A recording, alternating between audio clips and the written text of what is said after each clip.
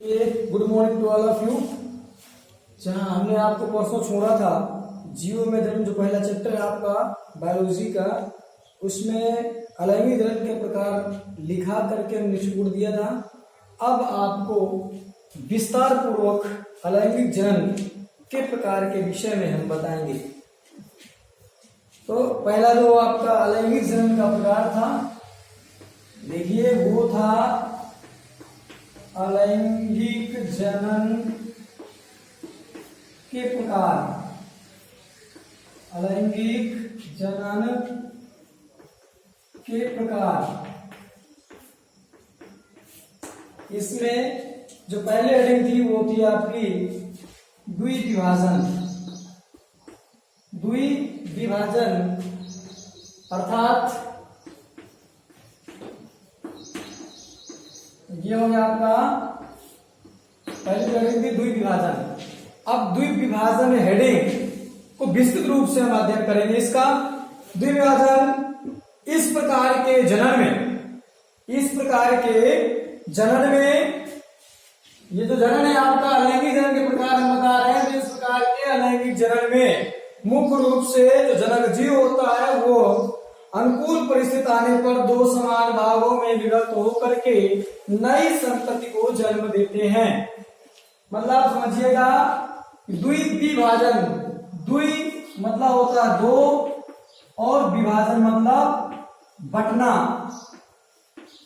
तो ये हो जाएगा विभाजन मतलब दो भागों में बंटना, आप कर सकते हैं इसको। ये हो जाएगा द्विविभाजन, विभाजित हो रहा, बन रहा है।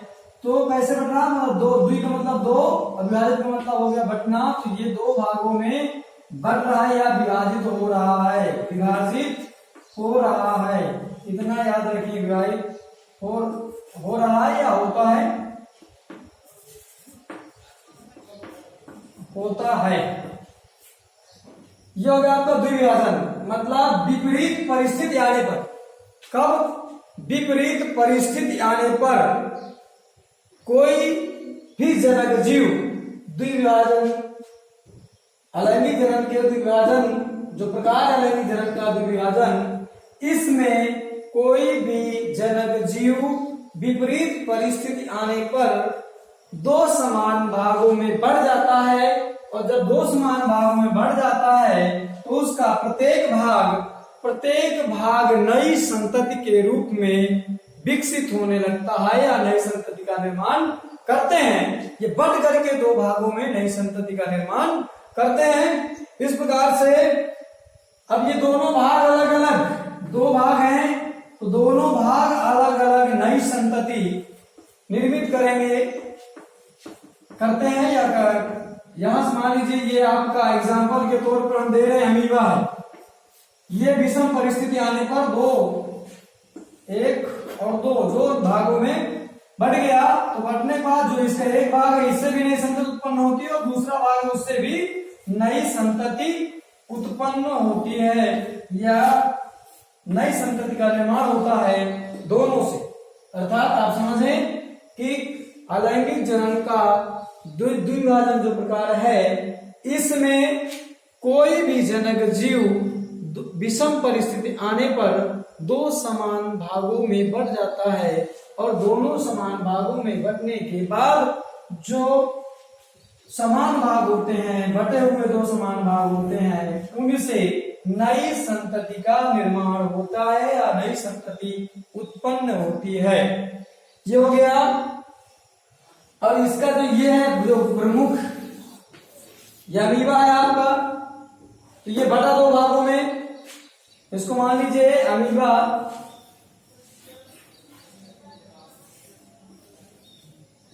ये अमीबा है आपका।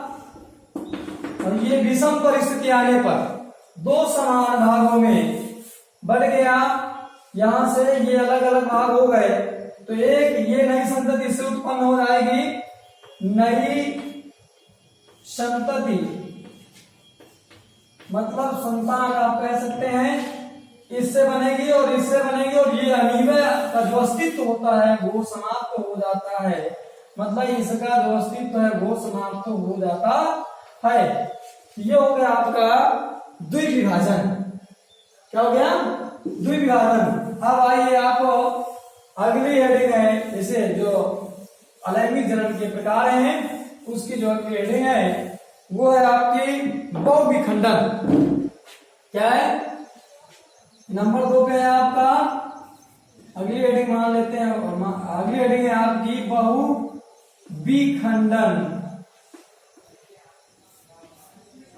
नाम से आप समझने का प्रयास करें।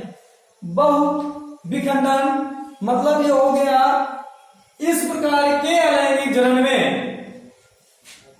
जनक जीव, बहुत मतलब क्या हुआ, परिभाषा यदि आपको लिखनी हो तो आप लिखेंगे इस प्रकार के अलैंगिक जनन में कोई भी जनक जीव बहुत छोटे छोटे भागों में बंट करके नई संतति का निर्माण करते हैं।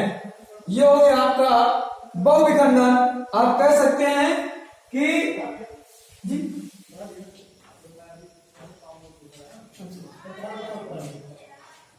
तो ये हो गया आपका बहुविखंडन। मतलब कोई भी जीव इस प्रकार के लैंगिक जनन में जो जनक जीव होता है वो अनेक छोटे छोटे खंडों में विभाजित होकर के उनसे संतति जीवों को जन्म देता है, संतति जीवों को निर्मित करता है, उन संतति जीवों का निर्माण होता है। तो आपका ऐसे बहु का मतलब होता है बहुत। ये जो आपका बहु है, बहुविखंडन, ये हो गया आपका बहु। बहु का मतलब हो गया बहुत। क्या हो गया, बहुत। विखंडन का मतलब हो गया खंडों में बंटना या अलग होना। ठीक है, खंडों में विभाजित होना, इस प्रकार हो गया बहुविखंडन, खंडों में विभाजित होना। तो ये हो गया जो ये खंड है, जैसे कोई भी जो जीव है वो बटा कई भागों में, कई भागों में बंटने के बाद जो इसके भाग होते हैं वो नए जीवों को जन्म देते हैं। ये हो गया आपका बहुविखंडन। नाम से स्पष्ट है, खंडन का मतलब होता है अलग अलग होना, खंडित होना, बंटना। अब बहु का मतलब हो गया बहुत। तो बहुत खंडों में बंट करके प्रत्येक खंड के द्वारा नई संतति का निर्माण करना ही बहुविखंडन कहलाता है। आपको मैं समझा दे रहा हूं, आपको लिखना होगा, नोट्स आप बनाते जाएंगे। जहां समझ नहीं आया आप बिल्कुल कमेंट्स के माध्यम से व्हाट्सएप ग्रुप में आप बता सकते हैं। बहुविखंडन पुनः बता दे रहा हूं, मतलब इस प्रकार के, सुनिए गंभीरता से, इस प्रकार के अलैंगिक जनन में, इस प्रकार के अलैंगिक जनन में कोई भी जनक जीव छोटे छोटे, बहुत सारे छोटे छोटे या बहुत छोटे छोटे भागों में, या आप कह सकते हैं कि अनेक छोटे छोटे भागों में बंट करके उसका प्रत्येक भाग नए जीवों को जन्म देता है। या आप कह सकते हैं कि जो कई खंडों में विभाजित होकर के नए संतति को उत्पन्न करने का कार्य बहुविखंडन विधि में होता है। इसका एग्जाम्पल है,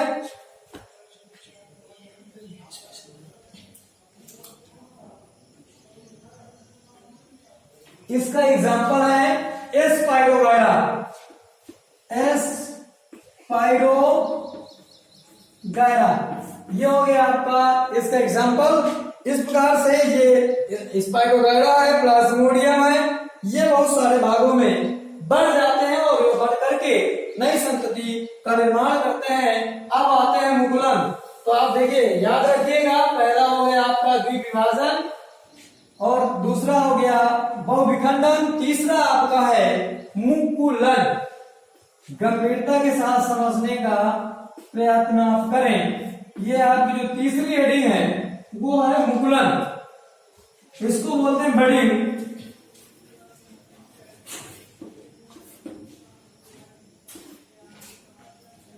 ये हो गया आपका बडिंग। अब देखिए मुकुलन क्या है। मुकुलन आपने मुकुल पढ़ा होगा, जिसको बड़ बोलते हैं, मुकुल या प्रवर्ध आप कह सकते हैं।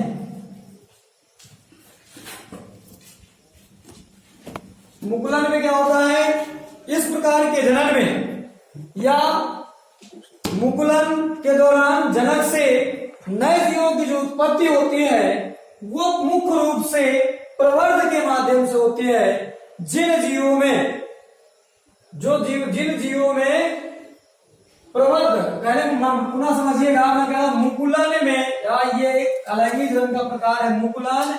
इसमें कोई भी जनक जीव, जो जनक जीव होता है उसमें विभिन्न प्रकार के कुछ प्रवर्ध निकले हुए होते हैं। उन प्रवर्ध के माध्यम से वो प्रवर्ध ही कट करके नए जीव के रूप में विकसित हो जाते हैं। या हम कह सकते हैं कि मुकुलन में जो अलग ही जनन संपन्न होता है वो प्रवर्ध के माध्यम से संपन्न होता है और यह पूरी क्रिया मुकुलन कहलाती है। उसको प्रवर्ध को आप मुकुल कहते हैं और जो पूरी क्रिया होती है ये मुकुलन कहलाती है।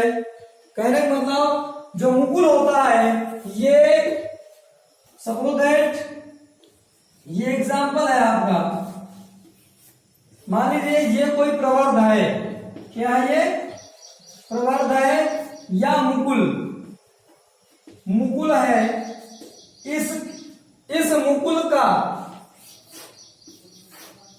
इस शरीर से अलग होकर के, और ये प्रवर्ध या मुकुल या प्रवर्ध का कट करके अलग हो जाना और अलग होकर के नए जीव के रूप में विकसित होना ही मुकुलन कहलाता है।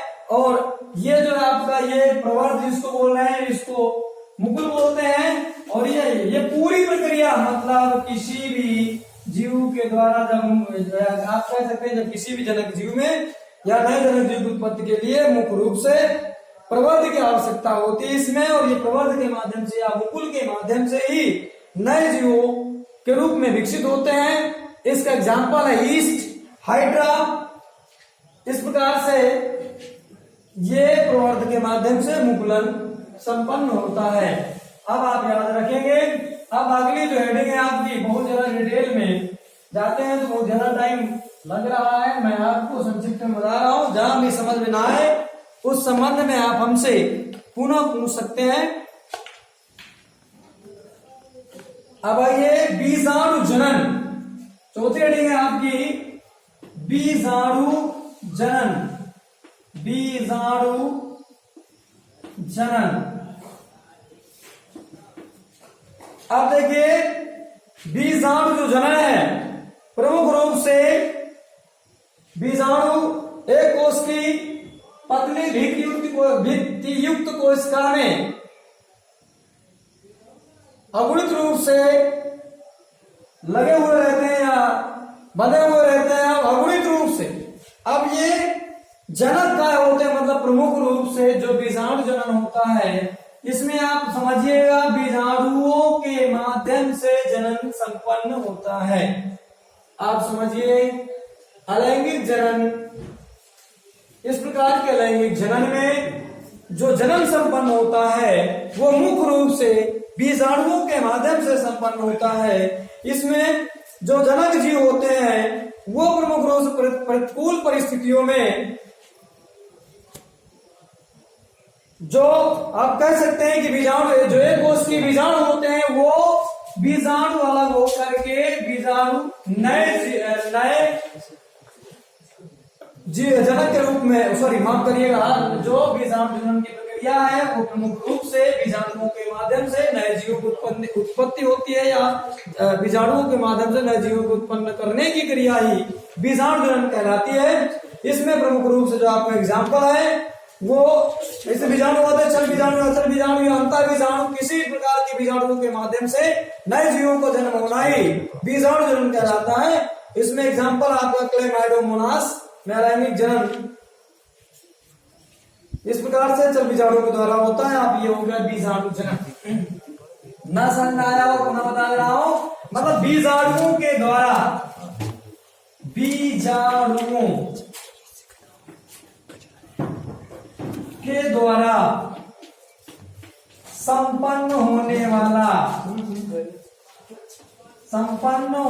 वाला जनन बीजाणु जनन कहलाता है। बीजाणु जनन कहलाता है। बीज अणु मतलब बीजाणुओं। अच्छा 12 में आप समझ सकते हैं। और अब चलते हैं अगली हेडिंग, खंडी भवन।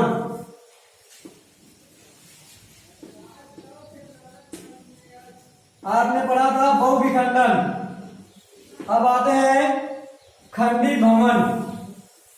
इस प्रकार से ये हो गया आपका जो जनक जीव होता है, ये प्रमुख रूप से जो खंडी जनक, ये पादप का शरीर, इसलिए अधिकतर पादपों में होता है।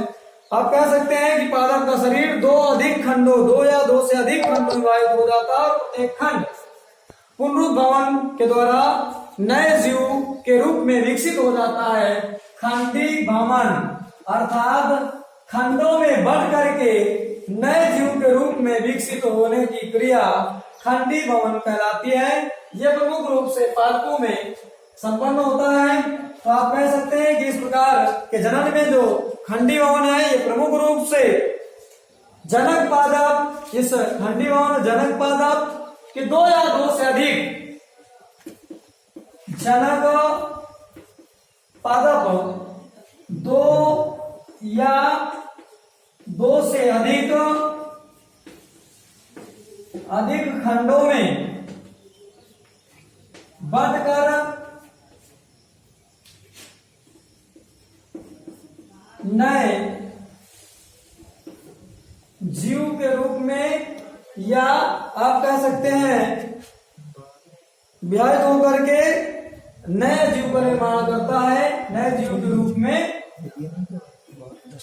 विकसित होता है या नए जीव का निर्माण करता है। ये हो गया आपका खंडी भवन। इसका एग्जाम्पल इसका भी है आपका यूलोथ्रिक्स, मार्केंसिया, एस्पाइरो वगैरह, ये हो गए इसके एग्जाम्पल। और ये हो गए खंडी भवन मतलब खंड के रूप में बढ़ करके नए जीव के रूप में विकसित होने की क्रिया खंडी भवन कहलाती है। अब आगे चलते हैं। खंडी भवन के बाद पुनरुद्ध भवन। क्या है? पुनरुद्ध भवन।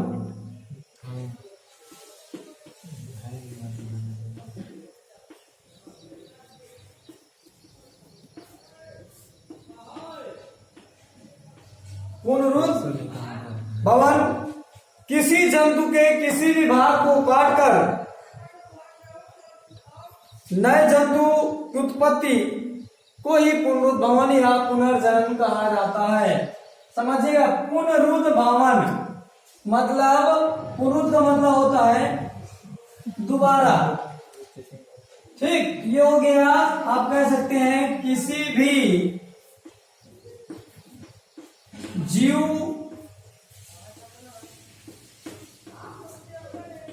के अंगों को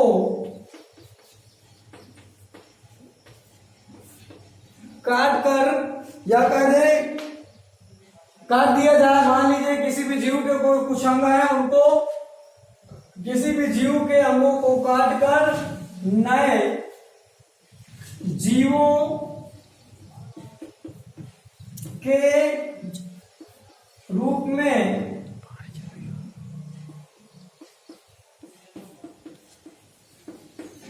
निर्माण की प्रक्रिया